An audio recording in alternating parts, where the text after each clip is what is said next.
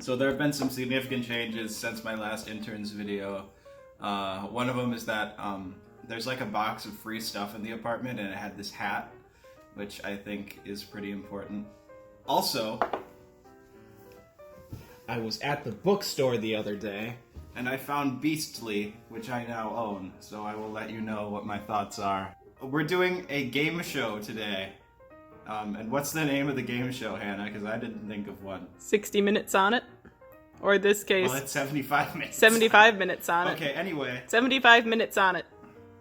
We're gonna brainstorm a better title, and it's gonna appear right here. So, the way this game works is, each of us get to hit the random article button on Wikipedia 3 times, and select one article to write a Shakespearean-style sonnet about in the next 75 minutes. And then, we'll see what happens there. It'll probably get judged by, like, a non-biased panel of experts or something. Okay, so my first selection I can choose from is Knut Rasmussen, who is a Norwegian barrister. Good 4 lines there. The problem, I've done a few like test runs of this, and a lot of them are just like little snippets,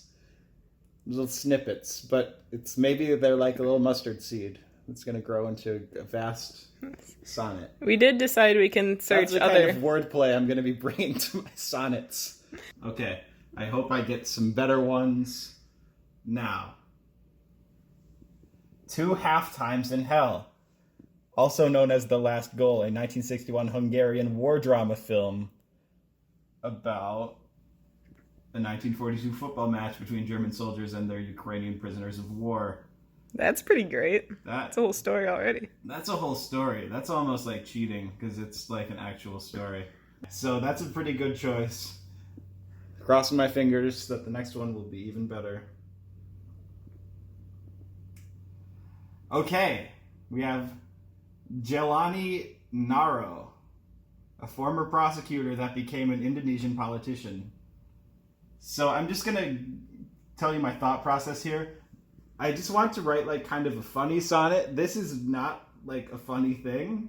This is like the Nazis playing soccer with their prisoners of war and executing them when they win. I really don't understand about Indonesian politics. Chance to learn. It's not I like how this guy's name is Knut, so I might get some mileage out of how his name is Knut. Are you sure it's not Knut? It might be Knut. Knut. No, it's Knut. Yes, I'm right. Knut. You're a Knut. Knut. In Harry Potter, it's Knut. At least according to Jim. What's his name? Jim Dale. Yeah. You're a Knut. So this is just... Gotta get that Knut out. There's a Knud Rasmussen, who is a polar explorer and anthropologist. That's not who you chose. It's not who you chose, though.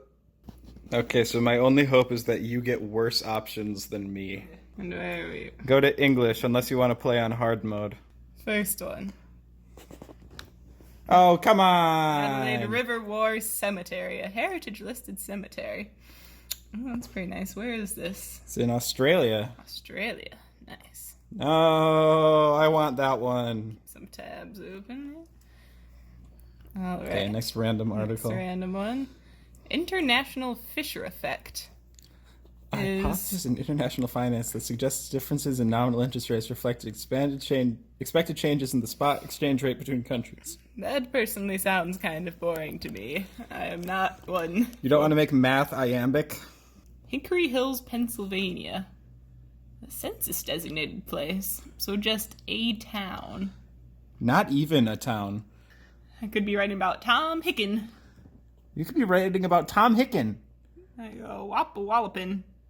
Wop-wallopin'. You're in for a wop-a-wallopin'. You're in for a wop-wallopin'. Could talk about censuses, I guess. Okay, I want to see your face as you try and figure out what this is going to happen. Hickory Hills has some potential to sonnetize about being counted.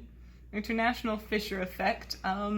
I don't understand finance, and that's a lot of numbers. Adelaide River War Cemetery would be pretty neat. There's an entire Shakespeare play about how great it is to, like, be remembered for brave deeds in war. Yeah. I am jealous. You're the one who made the I game. hate this game. It's your fault. I thought I would get to write a sonnet about, like, some random species of beetle, but instead I have to write it about a guy named Knut. Alrighty. Should we get started? I think I'm going to write a sonnet about how disappointed I am. There's so much interesting stuff about Knud Rasmussen. He was, like, the father of Eskimoology. He went on, like, perilous dog sledding trips. He pursued an unsuccessful career as an opera singer. Do you want to write about? I can't. That's against the rules. He died of food poisoning after eating That's amazing. traditional Inuit food fermented in a sealskin. I'm upset. Okay, are we starting?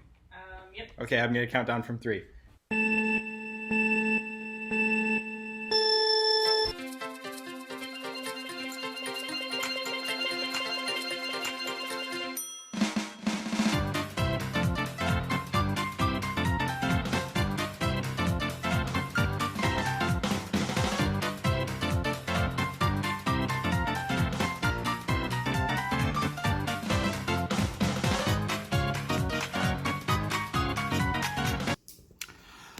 All right, time's up.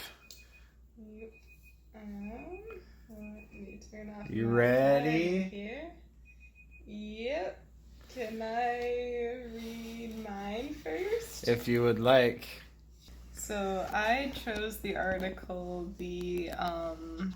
what is it? Adelaide River War Cemetery. And there's a monument within this to 10 postal workers who died in the bombing of the town of Darwin, which it is by. And so I decided to write about them. And this is my sonnet. Are you ready? I'm so ready. Okay. Not snow nor rain nor heat nor gloom shall stay the humble postman as he does his round. He treks through dark of night and gleam of day, in time of peace or on the battleground.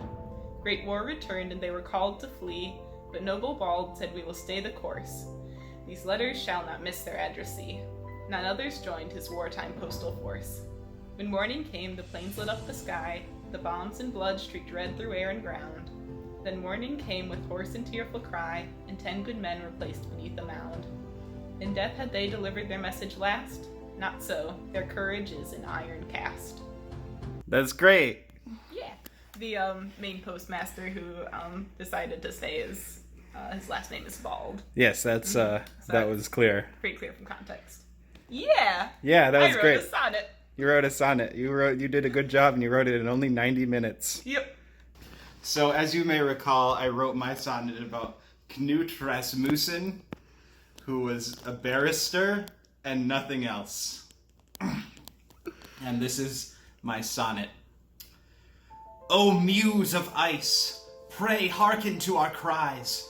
Be loosed from heaven's storehouse and draw forth, that we might peer through lidded mental eyes on shining, ice-bound deserts of the north. Behold, what figure races o'er the snow? Knud Rasmussen and his dogs, no doubt. His way is barred by glaciers vast, but lo, he shatters them with operatic shout. Explorer bold, he... Wait, why do you stare? I've made an error? Do, pray tell, explain. Knut Rasmussen? I was unaware I'd swapped a letter. Let me start again. Knut may not have braved the wilderness. He had a law firm, though. That's cool, I guess. That's amazing. You found a way to write about the other guy. I didn't want to write about Knut. That's great. I like the you're breaking the wall to the reader at the end there. That's cool, I guess. Because literally all there is, let's see. That'd be great. He was a barrister. He had a successful law firm. He was on the supervisory council for a financial company until he wasn't, Yeah. and then he died. That would be a great Twitter bio. A barrister and nothing else. So we're sending these to a panel of literary experts so we can help decide. They can help us decide which one's better. Someone has to win.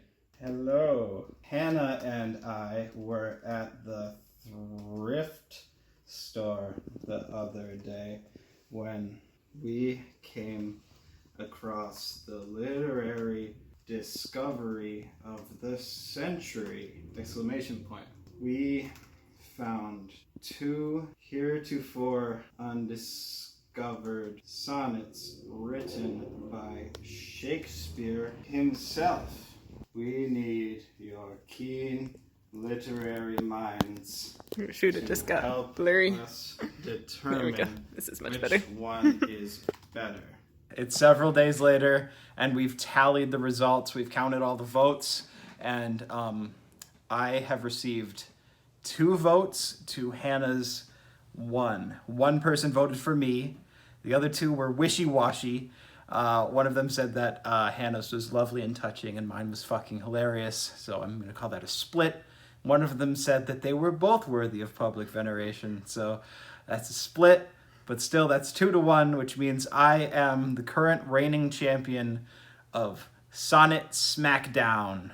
I challenge you, a panel of literary experts. You know who you are. I challenge all of you to a Sonnet SmackDown. Interns, I challenge you to a Sonnet SmackDown. Also, I challenge just the people of the world to a Sonnet SmackDown. Do not our game show suggestions suppress. It's really pretty cool, I guess.